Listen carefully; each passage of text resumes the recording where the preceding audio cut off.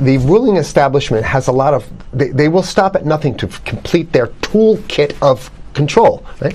So one of the things that has been missing from the toolkit of total control has been quarantines and curfews, right? Mm-hmm. So now, welcome to the new world in America, where to get on a bus, to go through a subway station, if you think that the procedures at the TSA are onerous, right? Guess this is coming to a bus depot near you. It's a more invasive way, and the ruling class needs this because, let me say, if the ruling class ever saw wide-scale civil unrest, you'd see an Ebola outbreak in America right away. Okay, so this is, what you see is that Ebola is another tool in the toolbox of the ruling class control. Yeah, to keep down absolutely, repression. Positively, 100%. This is a tool. Right. Ebola doesn't just magically start spreading. Mm-hmm. And then we have this doctors that come back here. The white people, of course, live. Mm-hmm. The two whites who got it or survived. All the black people that get it die. Right? It's very possible that these one of these NGOs over there is going around with a veil of Ebola or spreading it from a small plane onto villages. The point is to get hundreds of thousands of people infected with it and create the next phase of control. Now, one of the things I'd like to show to back up my my claims here.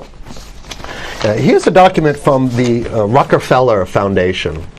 Rockefeller Foundation, right there. You can zoom in on that, where my finger is. It's called Scenarios for the Future International Development, the Rockefeller Foundation. All right. Okay. Let's take a look at what they're saying here.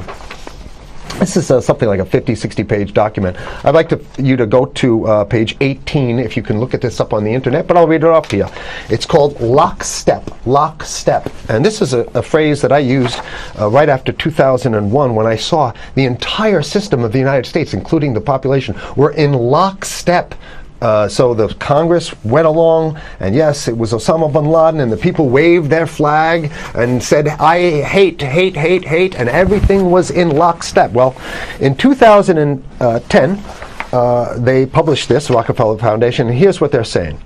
They're saying that they call it a scenario. These are scenario narratives, and they speak about it in the past tense. So they put out this scenario, lockstep. A world of tighter, top-down government control and more authoritarian leadership with limited innovation and growing citizen pushback. Okay, I'll read a little bit of it. In 2012, the pandemic that the world had been anticipating for years, nobody was anticipating a pandemic, finally hit. Unlike 2009's H1N1, this new influenza strain originating from wild geese, they use some scenario, but this is Ebola they're talking about. Ahead. Even the most pandemic-prepared nations were quickly overwhelmed when the virus streaked around the world, infecting nearly 20% of the global population and killing 8 million in just 7 months, the majority of them healthy young adults. The pandemic also had a deadly effect on economies. You can see the agenda. Just naked, raw, naked control agenda written down, and it's anybody's guess how this becomes effectuated in real life. So whether this is written specifically as marching orders or whether people take it upon themselves in the intelligence networks to say, okay, well, this has been produced, so this is the plan here. But these narratives have to be written in advance because the intelligence agencies don't know how to do these narratives. They need help. So these think tanks, they come up with these like Rand Corporation, Rockefeller Foundation. These are think tanks of death. They're not the think tanks, they're not there to find great ways to help people. Right? Okay, the pandemic also had a deadly effect on economics. International mobility of both people and goods screeched to a halt. Which is what they want. They want a completely isolated world, right? Debilitating industries like tourism and breaking global supply chains. Well, of course they want tourism stopped because they're not in the tourism business, and they want you at home in your house in front of the TV. Then they got you, because once you watch the TV, they own your soul. Even locally. Wait a second, we're on television. I mean commercial television, let's say. National. Even locally, normally bustling shops and offices sat empty for months. Okay, so I love how they talk about it in the past tense in 2010. Right? The pandemic blanketed the planet, though disproportionate numbers in Africa died. Southeast Asia and Central America, where the virus spread like wildfire. It sounds like the opening monologue of a disaster movie, right? Exactly. Now listen here's the good stuff now. But even in developed countries, containment was a challenge. Now here's this one. I love this one. The United States' initial policy of strongly discouraging, in quotation marks, strongly discouraging citizens from flying proved deadly in its leniency. So they're saying, that... No, keep going. Okay, read it. proved deadly in its leniency. So they should have been tougher, right? Accelerating the spread of the virus, not just within the United States, but across borders. However, a few countries did fare better. China in particular. The Chinese government's quick imposition and enforcement of mandatory quarantine for all citizens, as well as its instant and near hermetic sealing off of all borders, saved millions of lives, stopping the spread of virus far earlier than in other countries. So the message is here is we have to look towards the Chinese, the oppressive totalitarian. Chinese regime as an example of what we need to be doing here. And of course, the ruling class here loves the Chinese regime because they have demonstrated to the ruling class the most efficient form of capitalism, which is authoritarian capitalism. So we have capitalism, but unfortunately we have this veil. I get it. We have this veil of democracy. This is very interesting. This is continue on. Okay. China's government was not the only one that took extreme measures to protect its citizens from risk and exposure. During the pandemic, national leaders around the world flexed their muscles, flexed their authority, and imposed airtight rules and restrictions. You can see the agenda. Okay, go. Okay. From the mandatory wearing of face masks to body temperature checks at the entries to communal spaces like that's what's happening right now.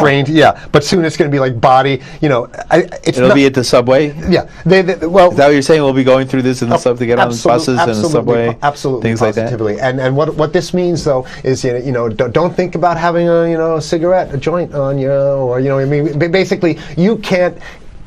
This is a dragnet for everything. So if in order for you in other words, just like with stop and frisk, this is ultimate stop and frisk. This is the ultimate cavity search kind of thing. All right, so during the pandemic, national leaders around the world flex their authority. Now there's some good stuff. Listen to this. And even supermarkets, they want body checks at supermarkets. Okay, so basically what they're saying is they're building a system where every move you make, you got to go through them. You can't get food. What happens if you go to the farmer's market? Right. Here's the good stuff now. I mean, it just keeps getting better. Even after the pandemic faded, this more authoritarian control and oversight of citizens and their activities stuck. And even intensified. That's the whole point. So they're going to get rid of... Didn't that happen already with 9/11? Of course. 9/11 was how many? 14 years ago, and we still have all these draconian so rules. So they're going to put the body cavity USA searches Patriot and all that. That's right. So in order to get to a supermarket, you got to have a body cavity search. And then when there's no more Ebola, well, you know what? We kind of like this way because we have a complete infrastructure of a control grid. In order to protect themselves from the spread of increasingly global problems, from pandemics and national terrorism to environmental crisis and rising poverty, leaders around the world took a firmer grip on power. Well, what the hell would rising poverty have anything to do with imposing strict citizen controls with face masks? So they're very sloppy stuff here. At first, the notion of a more controlled world gained wide acceptance and approval. I'm sorry. Nobody likes this stuff. They're just saying it. Continue on. No, I have to provide analysis. Only because we only have 5 minutes left, so that's Oh my God, okay. Citizens willingly gave up some of their sovereignty and their privacy to more paternalistic states in exchange for greater safety and stability. I mean, that's just a complete naked contradiction to the famous saying that if you think you're going to give up a little bit of security, I mean, if you're going to give up your freedom for security, you're going to get neither. That's the long-standing thing. And here what they're doing is they're not even ashamed or embarrassed to absolutely say the exact opposite. They're saying, yes, we all want to give up our privacy and sovereignty for more stability and security and stability. So you don't get that. When you give it up like that, you get the shaft. Can you show us the cover again of what you were just reading? One more time, and then I have two more documents. Right, this is what we were reading here, and just zoom in a little bit so folks can see it. He'll zoom in, don't worry, you can relax. All right. And scenarios for the future of technology and international development. Okay, now I have two more documents. Keep it zoomed. We have the National Security Memorandum of December 10th, 1974. This is Henry Kissinger's brainchild. The National Security Memorandum number 200. You can look that up on your internet. I'll summarize it. He says that there's too many people, we got to get rid of the population. So to answer your question. From earlier. Yeah, he says, he used the word depopulation, which is different. Depopulation means killing people that already exist, and it's to get the minerals, because we need the minerals. And here's another one. The CDC has a patent on Ebola. They've patented it. Yeah? Right. So basically, if you want to get a cure for your Ebola, you got to go. It right up here, right? It says human Ebola virus species and compositions and methods thereof, and it's a patent. It's a patent. They patented the main strain plus something like 17 other strains of it. So they own it now, and I don't know how exactly you can own that, but apparently they've done the same thing. Yeah, I didn't think you could own a natural. Yeah, you can. I guess the main thing to finish off this show is this: that